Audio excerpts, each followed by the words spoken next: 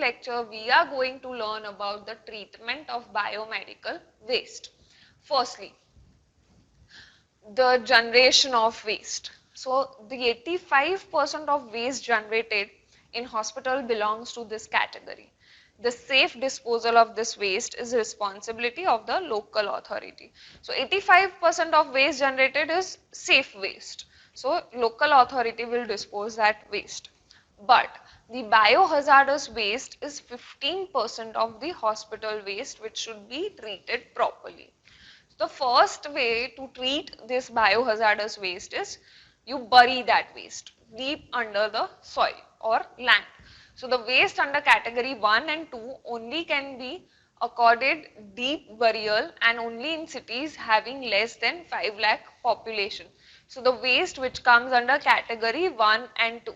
If you want me to revise category 1, 2, 3, 4, 5, 6, 7, 8, 9, 10, then here you can see. So category 1 type of waste was human anatomical waste. Category 2 was animal waste. Category 3 was microbiology and biotechnology waste. Category 4 was sharp waste. Category 5 was discarded medicines or cytotoxic drugs. Category 6 was soil waste. Category 7 was solid waste. And category 8 was liquid waste, category 9 was incineration waste, and category 10 was chemical waste. So deep burial can be done of human anatomical waste and animal anatomical waste if the population in that area is less than 5 lakh. Next is autoclave and microwave treatment. So standards for autoclaving and microwaving are also mentioned in Biomedical Waste Management and Handling Rules 1988. All equipment installed, shared should meet this specification.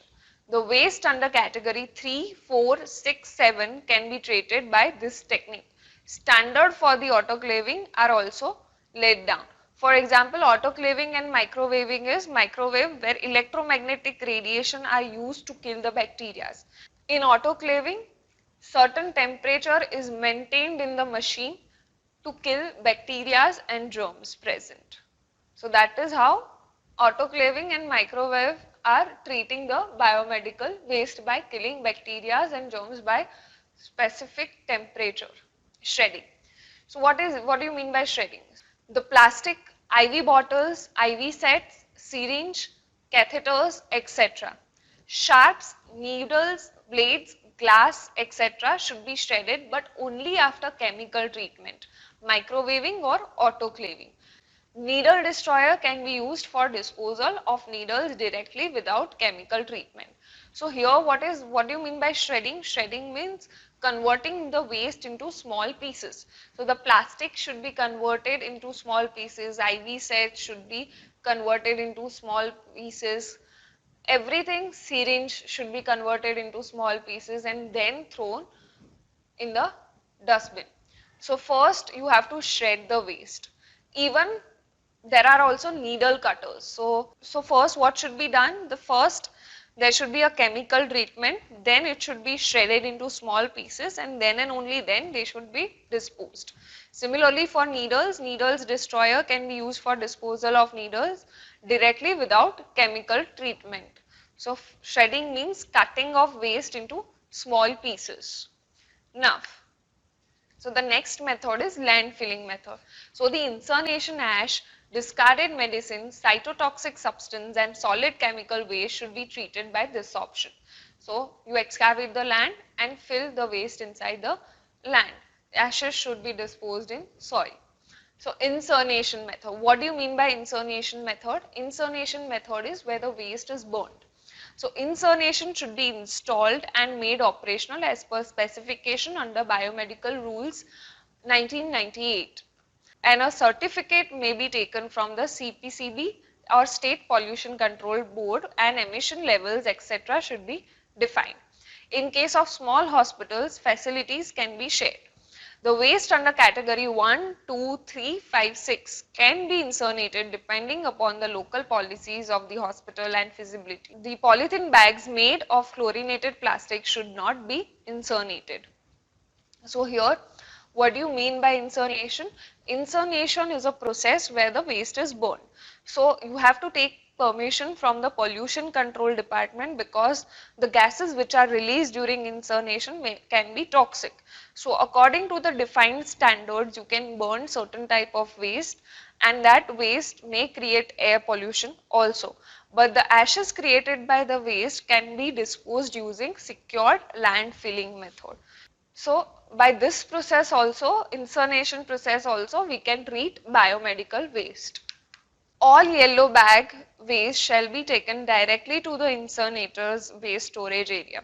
So yellow bag contains what? Anatomical waste. Organs, tissues, body parts are there in yellow bag. So it is very dangerous type of waste. So that waste should directly be taken to the incineration machine, where the waste is directly emptied in that machine, and then the waste is burned and ashes are generated from that waste. All red bag waste shall be taken directly to the disinfection, shredding and recycling facility. So we all know what kind of waste are there in red colored bag. In red color bag there are waste which are infectious.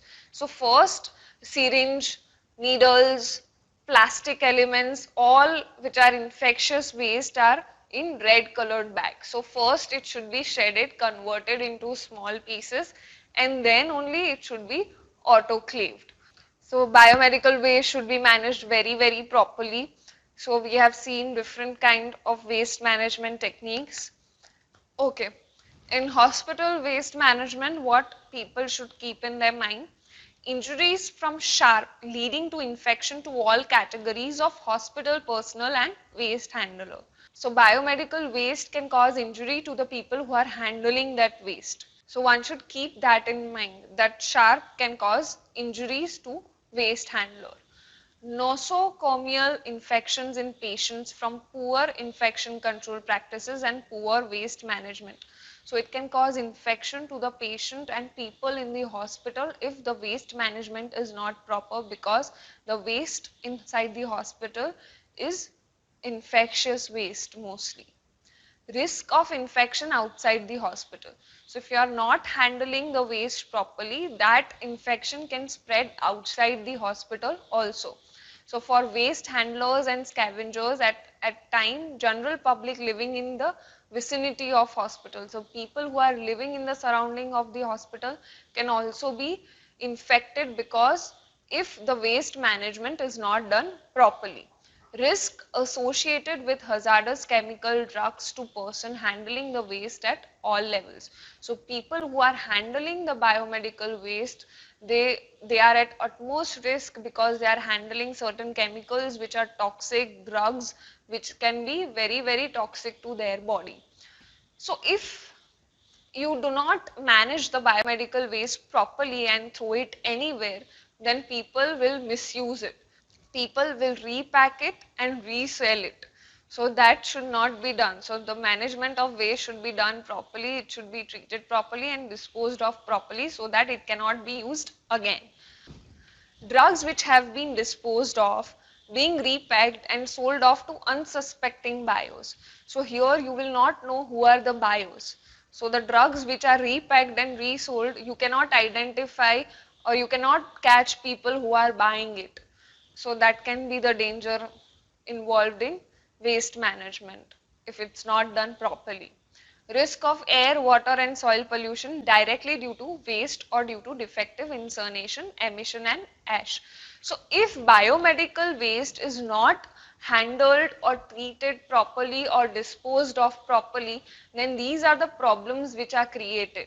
There can be air pollution, soil pollution, and there may be a lot of infection which can spread in the vicinity of the hospital. So if you treat the biomedical waste properly, then and only then you can help in saving our surrounding. So biomedical waste should be managed properly and treated properly. So what steps one should take care while treating or managing the biomedical waste is, so now what we are going to see is what one should wear while managing the biomedical waste, which is known as PPE kit, personal protective equipment. So what personal protective equipment I should wear while handling the biomedical waste? So there should be head cap, face mask, apron, safety shoes which are covered completely, and hand gloves. So these all elements one should wear while managing the biomedical waste. Head cap, face mask, apron, safety shoes and hand gloves. Now, healthcare staff with gloves, boots, apron, mask, goggles for personal protection. They should wear everything. Educate and encourage the healthcare staff to use the PPE and report injuries as and when it occurs. So what one should do is report the injuries if during the waste management, if there is a problem, if there is an injury handling sharp waste, so one should report it to the hospital staff so that they can find out solution that you should manage the waste carefully so there are no injuries during the handling of waste. So some things one should keep in mind while managing the biomedical waste, wearing personal protective equipments. Right now, if you are handling the biomedical waste, then immunization is much important. Hepatitis B, tetanus, typhoid, all the vaccines should be taken for the people who are managing the biomedical waste. Healthcare workers should have the knowledge of biomedical waste management and comply with biomedical rules to maintain a safe workplace and sustainable hospital. So everyone who is present in hospital should know how to manage the biomedical waste so that they can run the hospital for a longer period of time without harming anyone, without injuring or without spreading the infection.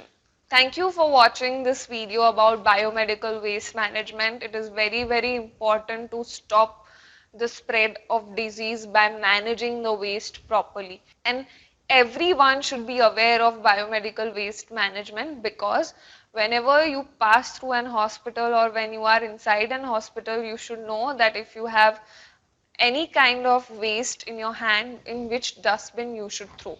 So yellow, red, green, blue, white, black, which dustbin you should throw that waste, you should know that. Thank you for watching this video and hope to see you in the next lecture.